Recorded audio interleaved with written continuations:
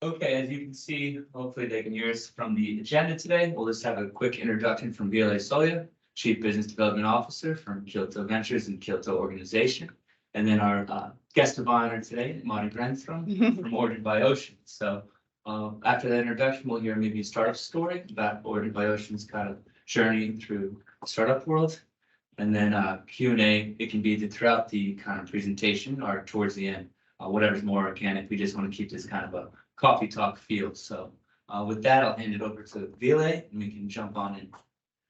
Yeah, thank you, Thomas. And first of all, thank you, Mari, for coming here to Ruoholahti and sharing your story. But before going into that, perhaps sort of a brief overview what has been going on in the Ventures organization during the last couple of weeks or months. As you might have been aware, we are sort of taking on the next step of Kiilto Ventures, the next iteration, and increasing the team. And we have a new head of ventures, as it was messaged in Santra last week. So Matti Rönkkö has started yesterday, which we are of course very satisfied about. He will be taking responsibility of our venturing activities. Matti has a broad experience in building up companies, building up startups, working together with startups, and working together with funding, fundraising, and issues like that are of course very relevant for us when going forward. So very nice to have Matti joining the team, and Matti will be putting on a intro video of himself also to Santra, so you will be hearing more about him as well. He's of course, and one important thing, he's a good cross-country skier as well. So he just skied across the Finnish country from east to west or west to east. East to west. Whoa! So that's impressive. In how many days? 7 days. We don't talk. He will come back to that in the video. I think that's going to be in a video. Yeah, right? We need to have it in the video. And other sort of changes in the team. Christopher Mills has joined us full time, so he's been working partially in Kiilto Innovation as a head of innovation within Kiilto, and now sort of taking the transition towards helping us with the discovery things in the ventures unit, and Jussi will be continuing in his current role, but with a slightly twist on his title. So head of, or actually incubation partner is the title Jussi has. And Thomas, of course, will be helping us also in the future with a 50% usage of his time. But I guess now it's time to, as said, jump into today's actual agenda. So jumping into Mari and Origin by Ocean, and of course we've been involved of the Origin by Ocean story for I guess 3 years now. Yeah, since 2019. Yes. For the first time. So actually, yeah, 3.5 years ago. Yeah. Was the first time when we met. It was actually here. I remember when you came. It was actually in that room. For the second time or first time. I remember that. Yeah. And I got to meet your dad. Yeah. It was great. Yeah, exactly so. And a lot has happened after that, naturally. But the thing that was sort of the thing that people usually when they think about investing in early stage companies, they talk a lot about sort of the importance of the founders and importance of the team, and I guess that was the thing naturally when you were in the very early stage and did not have that much of evidence. You had the idea and the of course there were a lot of discussions and things you already had done prior to that, but still a rather limited amount of sort of traction to show or things like that. So but I guess for us the thing that sort of triggered us and made us sort of eventually take the step to make an investment was sort of the thing that we saw, especially in you as a founder, and sort of the sparkle in your eye, and sort of the the level of intensity, the level of motivation, the level of sort of interest you had towards the mission that Origin Biocean had at that time. So it was sort of a textbook example, I guess, about sort of the importance of the founding team when evaluating whether or not to join. Of course, there's a bunch of other things as well, but Yes. but I think that's very crucial. But of course, I'm aware of the story and your story. I've heard it a couple of times, but it would be great if you could sort of share it for everyone else here today present, and of course online, that who's Mari Granström and what's the story behind Origin Biocean? Yeah, definitely. And first of all, thank you for this invitation. Thank you for organizing things. You can't see the amount of pulla we have in the room. It's very impressive as well. So you are missing out a lot. Yeah, I think it's first of all, it's amazing what Kiilto you did, that you joined so early for this journey. And it's correct that we didn't have a lot of stuff to really prove that what we can do. We had a great idea, we had a lot of passion, and of course, lots of background work at the time. But maybe I start from the beginning. So I'm Mari. I'm a chemist by training. I did my PhD in organic chemistry a very long time ago. And then after that, I joined BASF, which is one of the biggest chemical companies of this world. And I worked in Germany for BASF for 6 years. And it was a very important time for me to really understand how the big boys play. Like, you have to understand the market well, you have to understand the whole infrastructure and the value chain of the chemical industry, and also to see that how these guys actually decide quite a lot what the consumers are using in your products and what are the next trends and all that jazz. And I was hired as an expert because I've always been a different chemist, that I've been interested in bio-based solutions. So BASF wanted me to start to build the future for BASF, which was kind of, after coming from the university, a fairly big thing.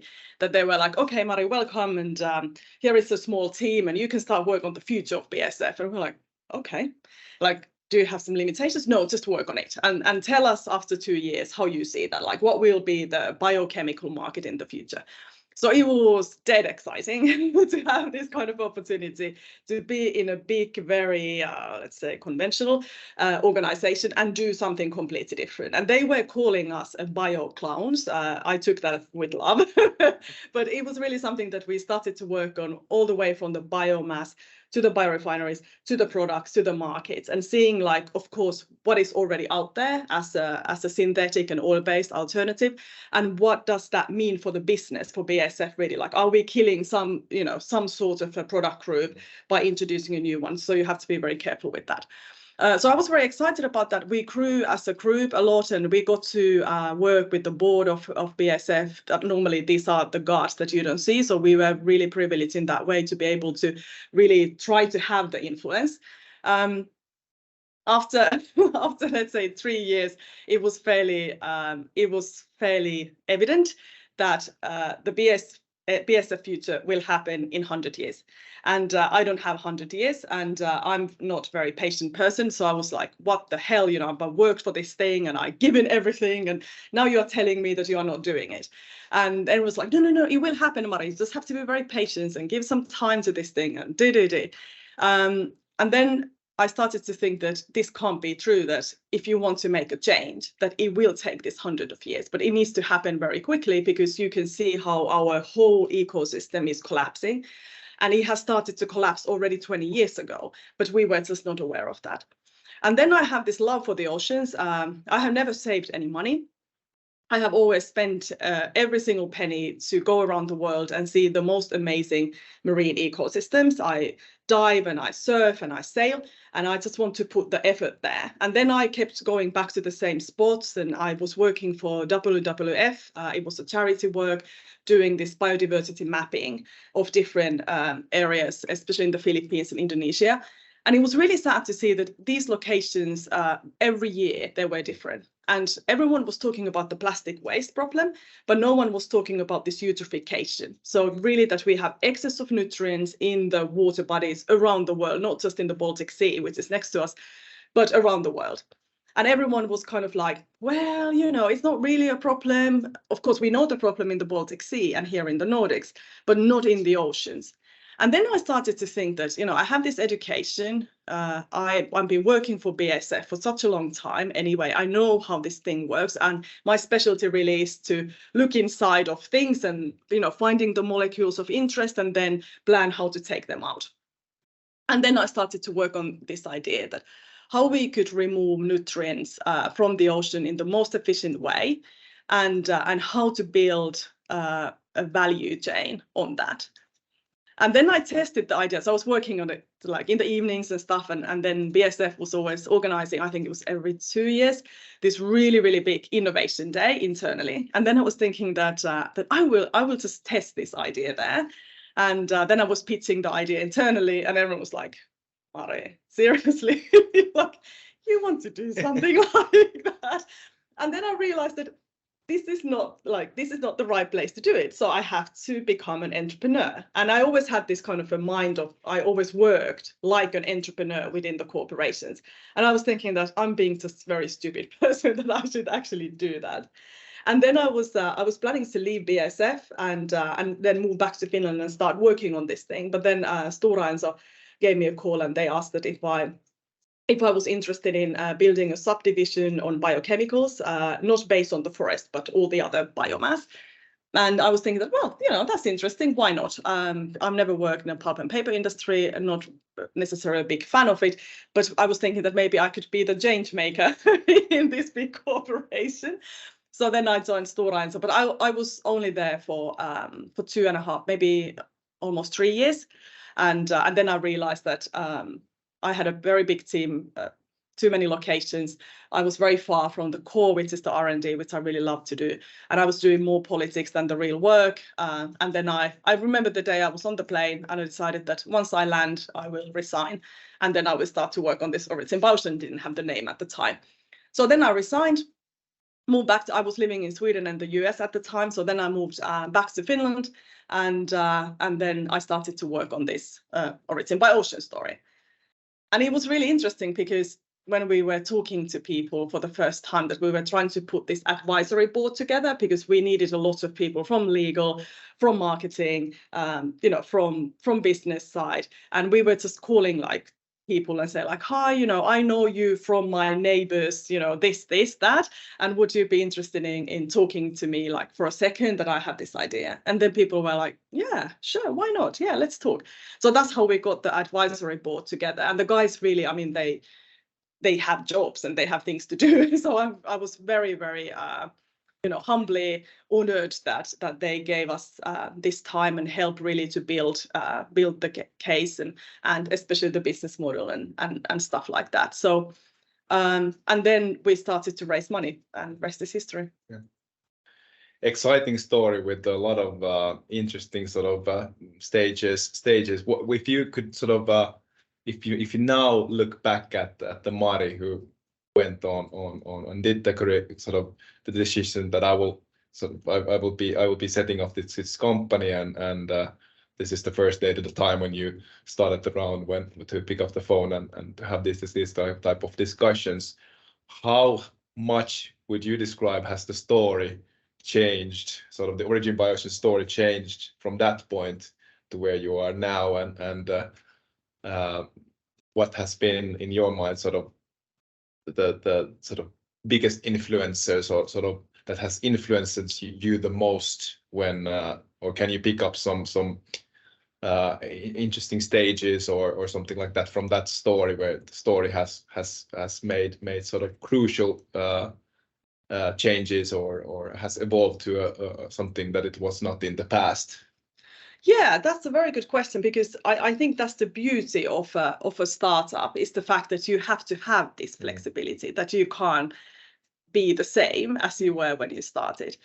We have had a lot of influences from from people. They all come from either internally from our team, that when we have hired more people to join our story, they all have a very big influence on things what we do. The core is the same. So I would say that origin by ocean, the core why we exist, that's the same. That's the thing that we want to remove the nutrients. We want to make a good business by supplying a very good ingredients and this whole value chain. But everything around that, how we do it, of course, technical details and stuff like that, customers, I think we have had a lot of involved. We just got to meet exactly the right people at the right time, and they told us something which has had an impact on the direction that we have taken. Yeah. And I think that there are a lot of these situations.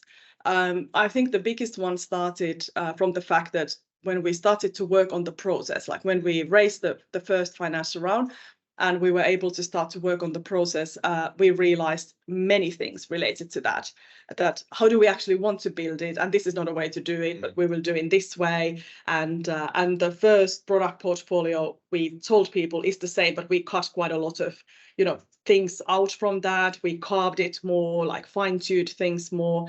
And then also from the market that when we got to work together, like with you, with Kiilto Clean and all the other guys from the market, we learned a lot, and of course we were happy to use your expertise to fine-tune our offerings. Yeah. and how we want to work together and how we can work together with partners and customers. I think that's basically, I don't know, because I'm one of these people, I have a bit of a weak link there that I don't see, like I'm not so interested in details. I get very bored when it goes, and that's bad, and that's we have in our team people that they love details, so they do all the details. But I still have this big mission that I see that has never changed, and I kind of I guard that with my heart, that I don't want Origin by Ocean to change from that to anything else, and this is something that we will never compromise on that. Like, for example, if we think about a seaweed species, there are a lot of people using wildly harvested kelp, and kelps are the good guys of the ocean, so you shouldn't harvest that. Same thing what happens in Finland in our forest, that we shouldn't overuse the biomass, and that's what we say, that we don't buy that, we refuse to use it. That would be an easier thing for us.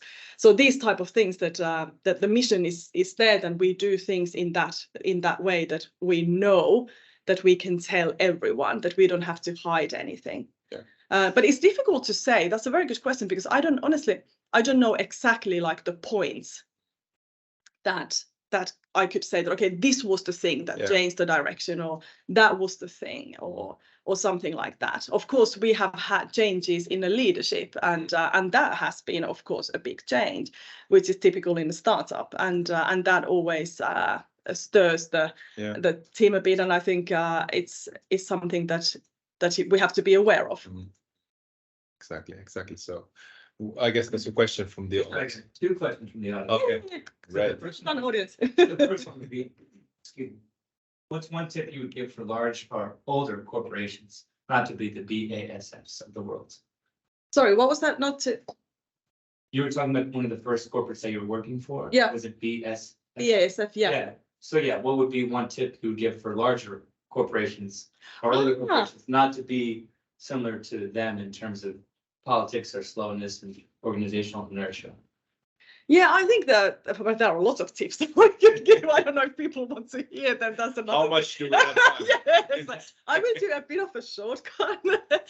So I think openness is everything. That if you are able to, and I think that's the problem with the big corporations, is to create a working culture that is kind of having this openness and safety, because you can't be open if you don't have a safe working environment. And that comes from the fact that how you hire people, like what's your HR strategy, what kind of people you want to get involved.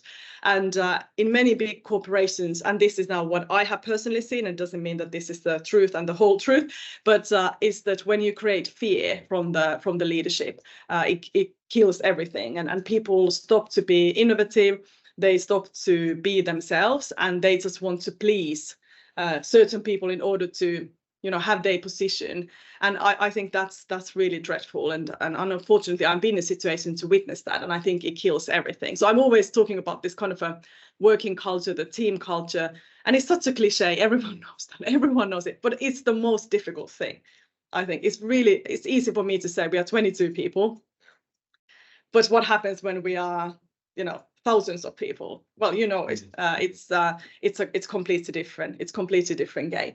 And also the fact that you have to encourage people to do crazy shit. Like that's one of the things that I like, is that you just have to say that now we will do, like tomorrow we will all go to, somewhere, and we will do something which is completely like not maybe related, but there is this seed of relation in the activity, what you do, and just encourage people to think out from your field and stuff like that, because then people start to get excited and it doesn't feel like work, but maybe it becomes more, I don't want to say a hobby, but maybe something like that, at least something which is important for you. And it's like, don't be so serious in these corporations. I don't get that, where people, it's almost like, in order to be professional, you have to be very, like BSF was really like that I think they were considering me as completely crazy and not really professional, because I was not having this serious way of talking and having my arms like that,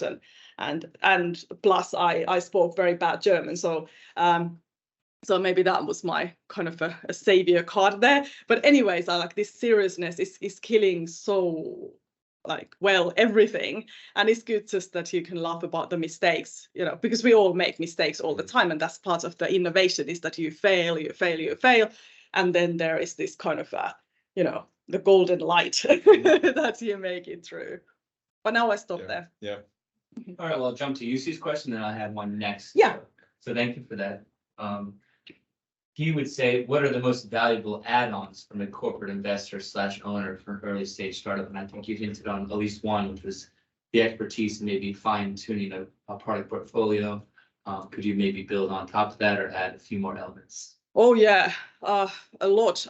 So I think first thing is that you have to get your numbers and the whole thing more shaped. That it can't be that you just come to the meeting like, oh, sorry, what was the thing that what we were talking about? But you have to give these people, of course, the view where we are and where we want to go, because you are not inside like in everyday action. So of course, when you come in and you want to know, you have to get the message. And I think you have helped us a lot in a way how to structure things, what are the important things for you, and the whole kind of financial situation as well, that we understand that what's happening, because it's so easy to be in this bubble that you necessarily don't remember what's happening outside the bubble. But of course, when you have a professional investors, they look at the world from that angle, right? And they help you to structure your finance of the company and the big picture of the finance.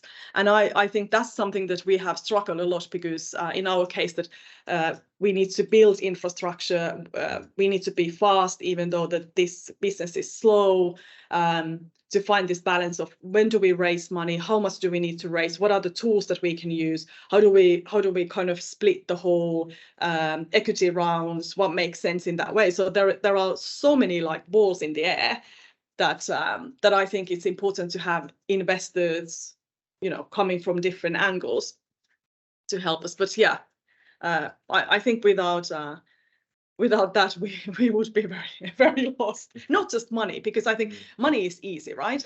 Yeah. There is a lot of money out there, but I think it's more important to get the right people on board, not just to get cash in, because I think that's kind of end of the day. Well, we all need money, but it's not the real value what the company needs in the end.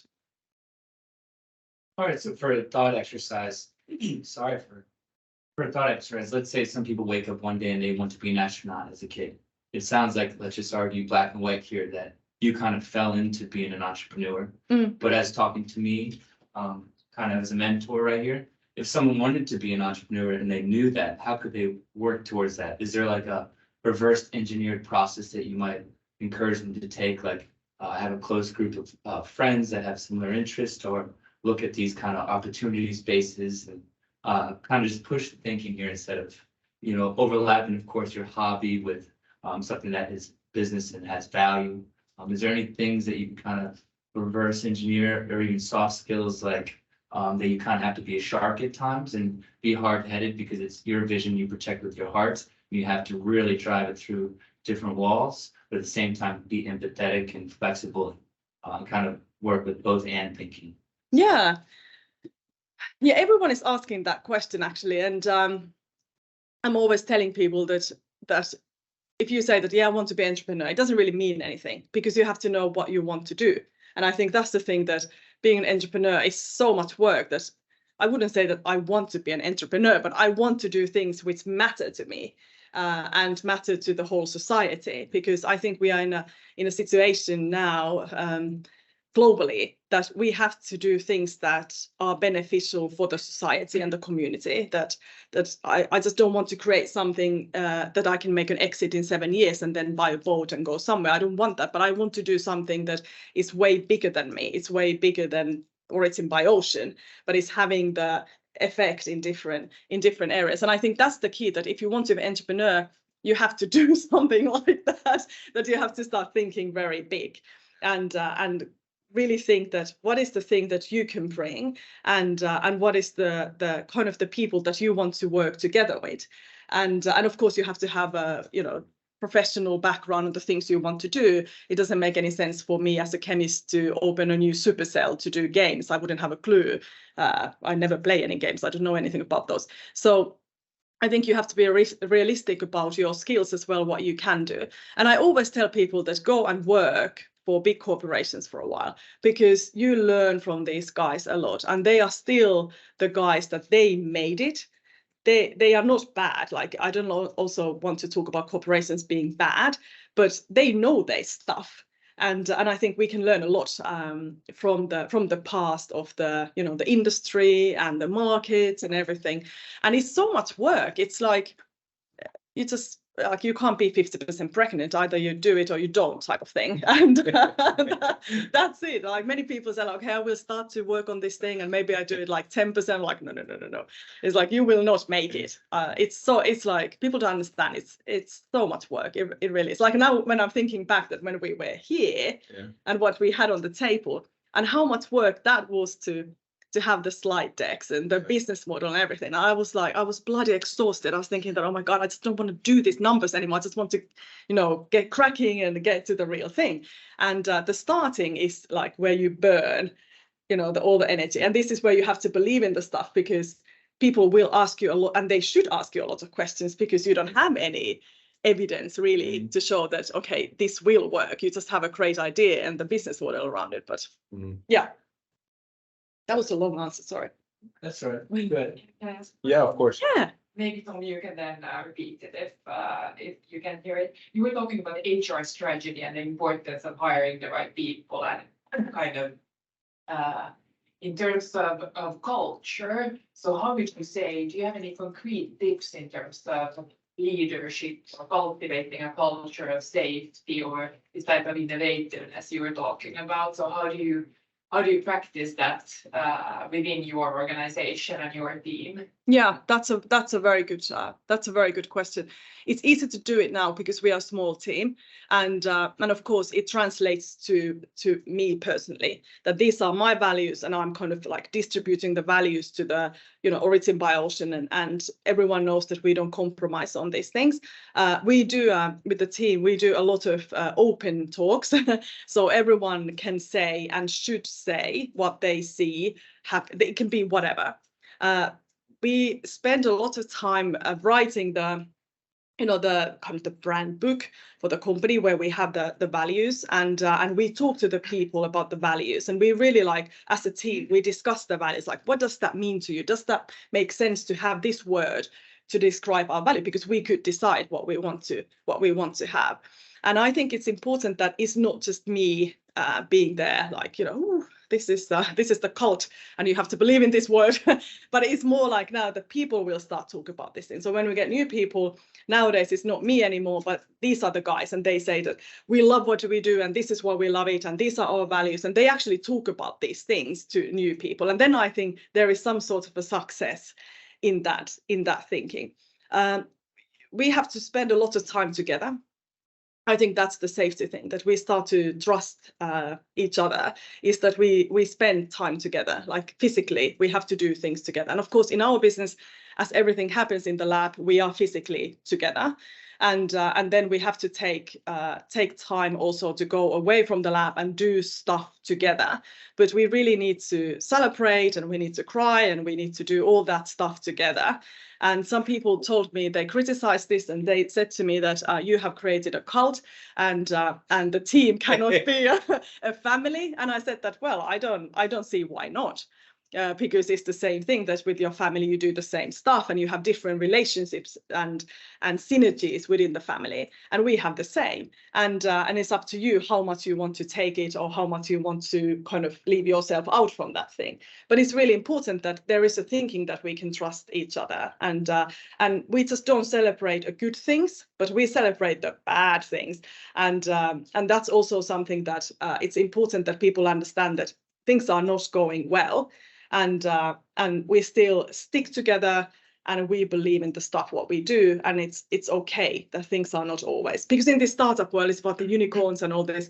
Even the jargon we talk is so like stardust and woo, and everyone is like so in this world. And I honestly hate it, because I think we don't need any unicorns of this world anymore. I think we need different species, and to keep the biodiversity of the startups as well. And that's why I think it's very important to also to live that with your team. And I would say that's you have to have very clear values. We hire people from the value perspective, and then we look at what they have as an expertise, because I think that if you have certain type of a personality and mentality and values yourself, that takes you already to high skies, and then rest you can learn. But those are the things that you can't change a person, especially if you're old. Yeah. Maybe a follow-up question. Yeah, Eva, you can continue after that if you have more questions. But to of course, when expanding sort of that thought beyond sort of the team, so beyond the ocean savers, or how you call the employees ocean savers. So, yes. So how would you sort of when now looking into sort of investors, for instance, or sort of customers that you cooperate with, yes, or sort of these other important external stakeholders. So yes. How do you sort of what type of value discussions or approach do you go through when sitting together and agreeing, getting new investors in, for instance, which is a big thing, and of course has a big impact on the company's future. But of course, there's many risks as well, as we know, if sort of the values are mismatched or not aligned. Yes. But how would you describe that from that perspective? That how do you sort of work around the values with these important sort of external stakeholders? That's a very good question, because we do that. Like, we have turned down, and people told me that was the wrong thing to do, but we have turned down customers that come from the business that it's against our values. So it's easy to say that we don't work with you politely, but say that, we don't see that there is a good collaboration, and I think they will find right partners for them, and we are not. But I think the openness about this thing is very important, that you have to understand, of course, the customers and the partners, where they want to come from, and what's the real deal. Like, I don't want to be involved in any of the greenwashing stories of this world. Like, seriously, I think we all went through that. So now let's do that for real. And I think it's kind of the willingness of these partners and customers to do it for real. And if they have it, like, they can show that, okay, we really want to do this for real, and we know that these are the problems. And I love when people describe the problems, because this is, why we are doing what we are doing, right? So I think that's exciting. With money, that's even that's a jungle out there that Yeah, there are a lot of different people offering different type of things, and I think that especially at this stage where we are as a company, it's very crucial that we get the right investors on board, and for us it was very clear what we need and what type of investors we really want to have. There are a lot of people in this ocean investing kind of world that they want to give you a lot of money, but there are some conditions, and the conditions are always a bit dodgy, let's put it that way. And that's what we said, that we will not like continue the discussions or anything like that. But we always tell people, like, you know, these are the values, this is our value chain, and also we want to tell that what's the benefit, like as a partner, that how you can benefit from origin motion, because I think that's important for many partners as well, like yourself, that there is a clear benefit for you, not just to do that for the charity to help like a nice company, but there is a common ground. Exactly so. So I have another question from Yusi. Okay. So in the near future, what's your 2 to 5 year dream for Origin by Ocean? Yeah, so that's an easy dream. So in 26, we will have our first commercial operation plant up and running here in Finland. So that's our big dream, and taking a lot of seaweed out from the ocean and removing the nutrients. And we could be in a situation that we could remove 5% of phosphorus and nitrogen, what Finland as a country has signed in this HELCOM agreement to do. So that's our big dream. And it will happen. It's not a dream anymore. It will happen. And then, of course, well, I can talk about the dreams then afterwards. But then, after we've done that, then of course the funny thing starts, because we can copy paste then these operations around the world where the problem is. So on the other side of the coin, what keeps you up at night? Yeah, not anymore. But so of course. Yeah, exactly. So finance, yeah, definitely, especially in this world where we are living today, it has been a nightmare. The past year, when things started to change, it has been really difficult, and also the balancing act that I don't want to show that to our team, because it's really my problem and not their problem. So I think that's something that you have to. You know, you have to keep things going and not to worry them, because everyone is worried about things anyway. But it's definitely the finance. But now we closed the round, so that worry is out from the window. Do you want to say a few words about the round, or? Yeah, I can. Yeah. I don't know if people are familiar with that one. Yeah. So the first, maybe just a history about this financial round. So the first seed round we closed in 2020 in May, and you were part of that. Congratulations to you. And that was really, really amazing, and of course helped us a lot. So we raised 2 million euros, and that was really a big thing. People don't normally realize that we raised the round, as you said, with basically slides. So we didn't have anything else than a very good idea and of course this mission of what we want to do. And we had some results from my kitchen, because my kitchen was a lab at the time, and that was really. But I mean, I was so ashamed that I couldn't go and tell Ville, like, you know, look at my results. They're like, here is my blender. Here is the thing. Almost a full-scale lab. Yeah, exactly. We had to step away from the production. Yeah. So that was, of course, a very interesting, I would say, an exercise to learn. And of course, for me, it was the first round ever that I've raised. I didn't have a clue how to talk this VC jargon and, you know, this type of thing. So you learn a lot. So we closed the round. We closed the round when the COVID hit the fan. And I remember the time that the news came, and I was watching the news. And I was like, there is this COVID. I was like, well, virus is a virus. It's going to go away. And then suddenly the phone started to ring, and people said, we can't invest. We can't invest. I was like, oh my God, you know, this is a big thing. So we lost almost 1 million in 24 hours. And then we realized that, okay, we have to close this round now. Like, we haven't, like, no other options. So then we closed the round, then we could start the work. And of course, the next round was already waiting, and we were doing plans for that, which was this round we closed last Friday.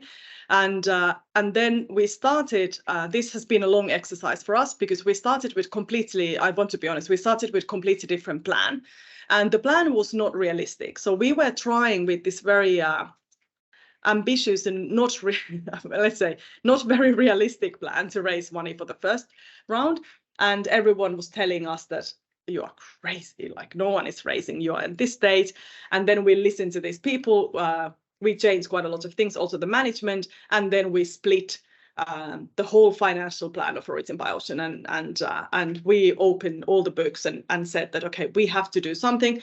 There is war. Everyone is telling that we are very interesting. Everyone wants to be part, but no one is saying the yes.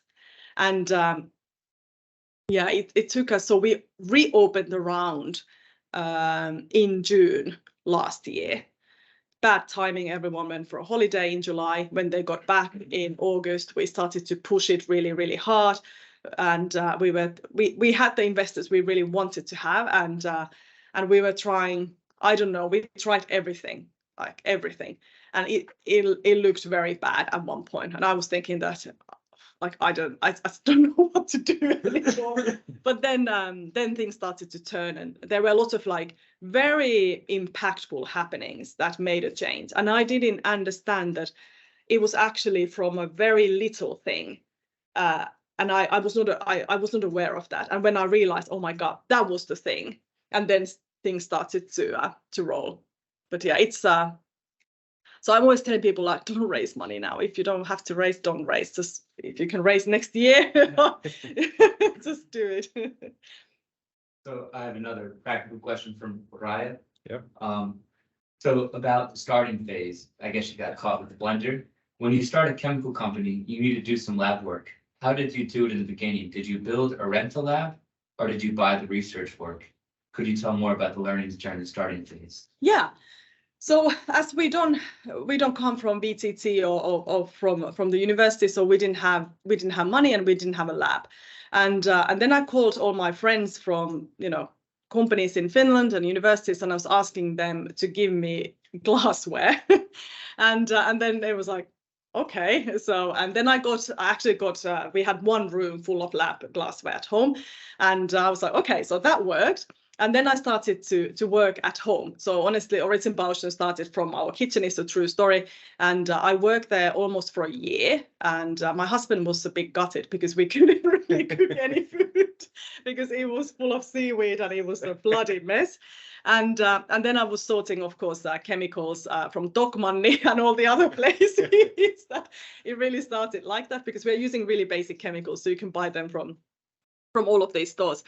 And that was how we got the first results, that we could even do the business model, that we could say that, okay, these are the yields of our products roughly, and this is what happens. And then we were asking different foundations. I was applying from so many foundations, kind of a funding for this work. So we got like 5,000 euros from someone, and I used that for analytical services. So I was buying analytics from the UK, and there was a company that could help me. And then the plan was that once we closed this first financial round, we already had a place where we wanted to go. So now we are renting a lab space in Otaniemi. So we knew that we need it, but we just didn't have money to do anything like that. And that's, of course, that's the biggest hurdle of establishing a science-based, science-based where you have to have your hands in something, a company that you need to have infrastructure to get started. And that's something that in Finland, we don't have these walk-in labs that around Europe you have. And hopefully, I know that there will be, there is a project ongoing on that. So it will help a lot of people like us to test the ideas quickly, that you don't have to have so much money to get started. But yeah, that was, yeah. Great question.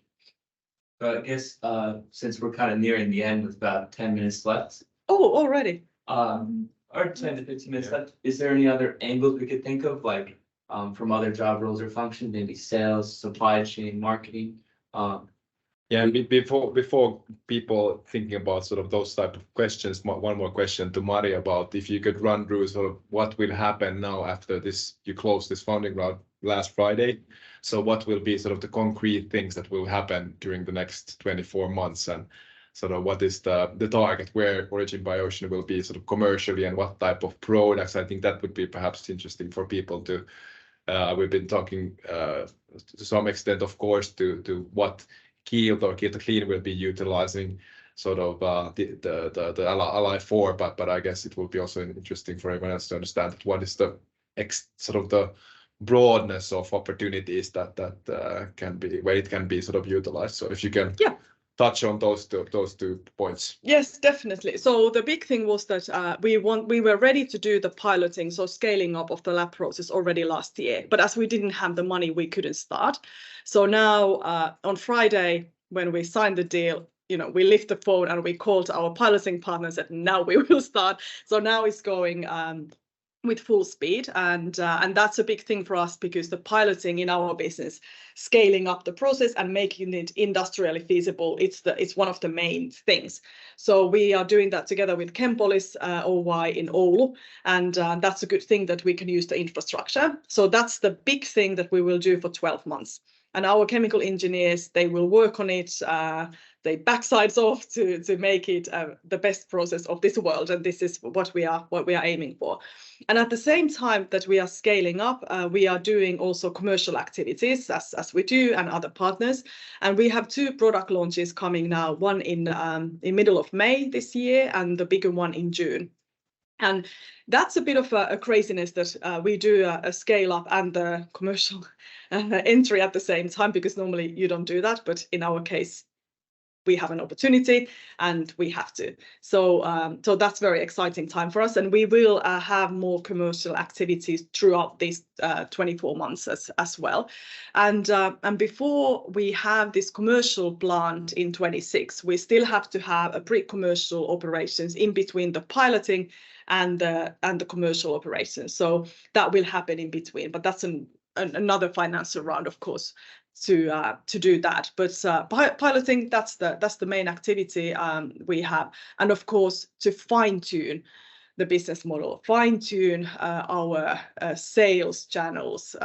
We have a very simple sales channel at the moment, so we have to do all the pricing, all the co-branding discussions, and everything. So we're going to be really busy as a team to do all that now, but really exciting. We've been waiting for this thing to happen, so now we can do it. So Christopher kind of merged my question and put a little spin of his. He's asking, are there some tools, AI, digital, available to startups nowadays that have helped topics related to what I asked, like other functions that maybe aren't your core focus? For instance, you mentioned your simple sales channel. Are you explored this opportunity, or do you just So we have had, I'm very proud of this thing actually, because I'm definitely not a software person in order to do any of that thing. So we started to use a software program from day one for our data handling, because in this business, what you do is you create a lot of data. And in chemical industry, one of the weaknesses is that the systems, internal data handling systems, are so bad that you only utilize 20% of your data, and the 80% is gone. And that's kind of, if you think about resource wise, that's crazy. So I got to know this guy a long time ago, and then he called me. He said that, well, I have now this, he's from the US, and he said, I have this software thing, and you are crazy enough to listen to me for a while. And then he told me the thing. I was like, whoa, that's cool. So then we bought the license for this Alchemy Cloud program, and that has been a key for us, because all of our, everyone who is joining Origin Bausch, the first thing is like, here is Alchemy, you have to use Alchemy, everything is in Alchemy. And that has really I don't know how we did it, but we have so much data and we are utilizing every single data point because it's so easy to do that. And this is where we want to incorporate also the sales and everything. So we have all the IP in the same place. Everything is in one place. And also we want to start to get our customers into this thing, and that we could have I'm dreaming about this kind of a formulation, like with you, when we do the formulations, new products, that we could have a space where we can exchange things and recipes and stuff like that, that we can speed up the utilization rate of the data. So that's very, very cool question, because it's actually very important thing to have. And I saw that in BASF that we had like lab journals, like a paper things. You can imagine like 120,000 people around the world using paper stuff. And then suddenly they were like, okay, maybe we should have an electronical thing. And then they went for the biggest provider. Of course, they went for the biggest provider, which was like the most wrong thing you can ever buy, because if you have a lot of different divisions doing different research, the data thing is very different and how you handle the data. So then I was part of this implementation of this hell. And I said to myself, I will never get myself into this thing, and it needs to be a flexible thing, what you have to use. So flexibility, I think, in a data software is also something that, and of course now the piloting, everything will be done in the same environment. And we have linked that to actually all the things what we have done in the past, so we can always double check, the results. So we have a reference point as well, which is cool. Okay, perfect. So, that was a more interesting angle than just saying you use ChatGPT sometimes. So, another great question would be, of course, we'd like to be your venture buddy from Kiilto Ventures side, but how can Kiilto as a whole organization potentially help you in the next 12 to 24 months? Yeah, I have a list of things. So I think it will be very interesting to talk to your sourcing people. I would like to understand, of course you can't, and I understand that you're not going to tell us the details, but just to understand how the sourcing works and what's the strategy of you when it comes to, especially like new ingredients and how they are linked to new products. And then of course the pricing is interesting for us to understand a bit more, like how you guys want to price the products. Do you have different categories, and how do you see the future of, especially in Kiilto Clean, how do you see the future of these products? What's kind of the trend and stuff? It would be very cool. I'm dreaming about this thing that we could have this type of innovation days together, that there could be like a set problem, and then we could come in and just talk about it and think how we could create a improved performance of the products, and with the better sustainability profile, stuff like that, with the thinking that it doesn't need to happen, but just to ventilate ideas. And also maybe to have days that you could tell us your issues and things and learnings from different kind of case studies. I think that would be really interesting. No, I'm kidding.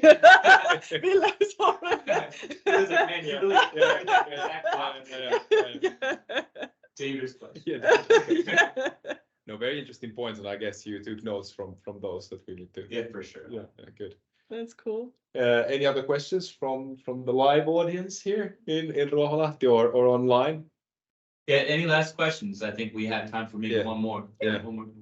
Seems like you've been doing such a good job with rattling them off, so your brain must be getting tired. What kind of bird media visibility have you received outside Finland? I heard a couple of words about some really impressive media outlets. Yeah. Can you tell us something about it? I think it's always inspiring to hear Finnish companies doing well outside Finland.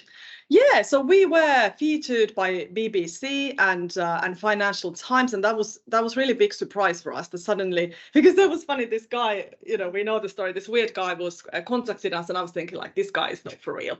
Like seriously, this is not for real. And then we talked about it, and it's like, well, he's and then I talked to him, and I realized that he's first of all he's a real person, and then he's really writing about this thing.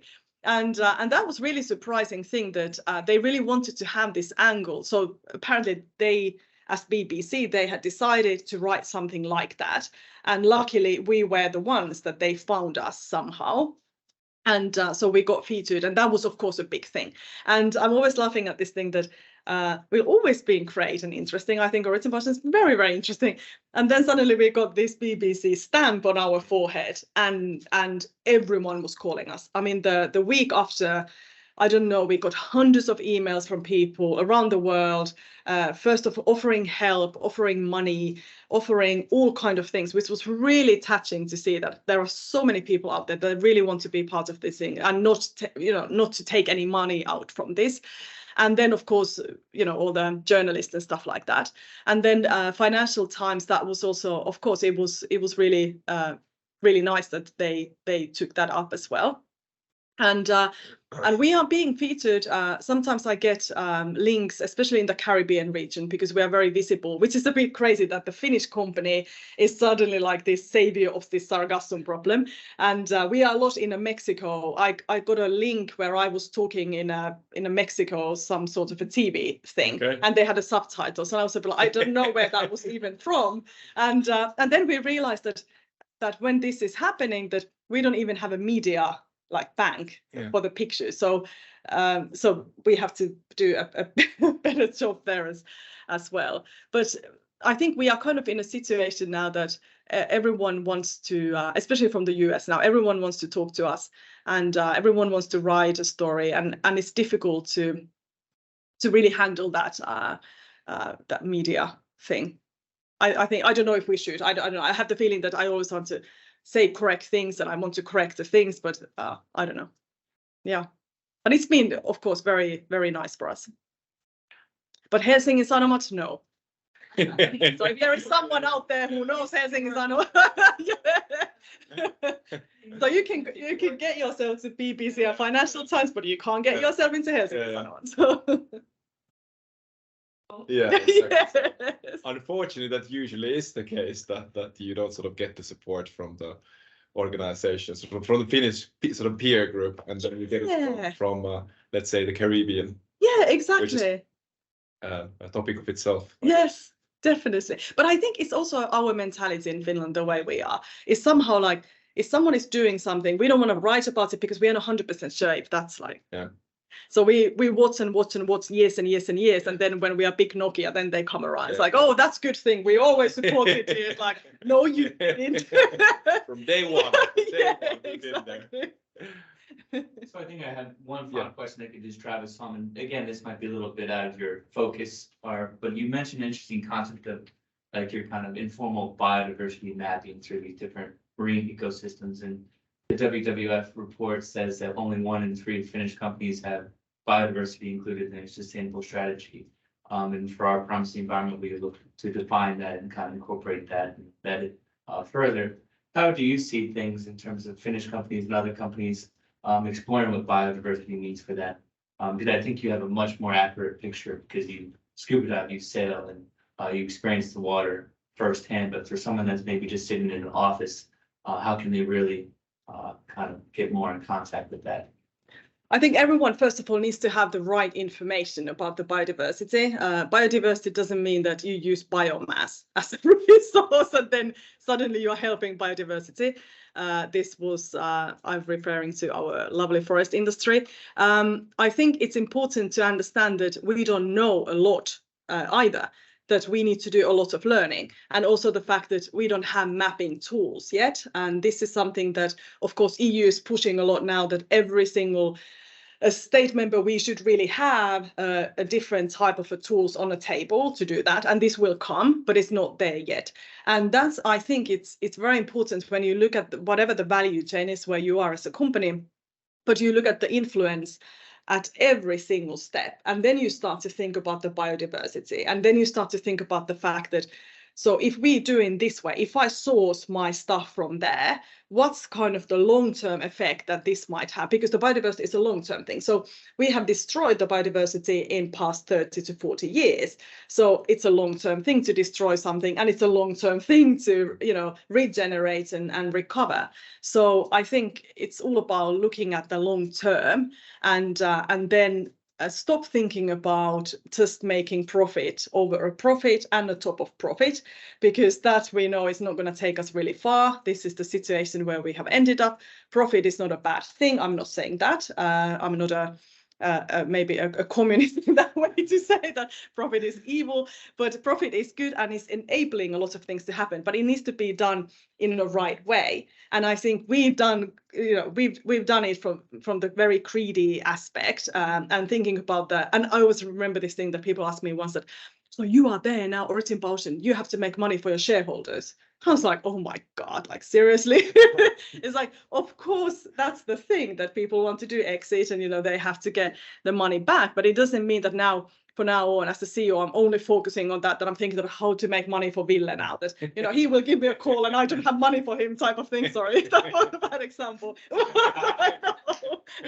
Maybe I will give him a seaweed.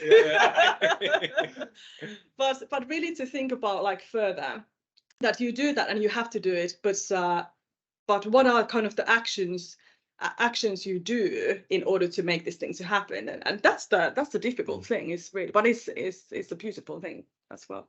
Well, I would say from the group of us that this was a very raw and cool discussion. So I would consider it baseball reference a grand slam home run. So thank you so much, Mari, for joining Thank us. you. Hosting our meeting. Thank Yeah. you Thank very you. much, Mari. Thank you. It was really nice to be here. Thank you for the invitation. Yeah, for That was sure. cool. So we'll be interested to kind of jumpstart this founder talk series with our next portfolio founder. But I think you have a really high standard, and we can all say that again, we learned a lot of valuable insights that can be applied directly to our lives and as well as our job functions, and of course, inspirational and impactful as always. So thank you, Mari. Thank you. Thank you. Thank you, everyone. Thank you everyone online. Yes, thank you, everybody online.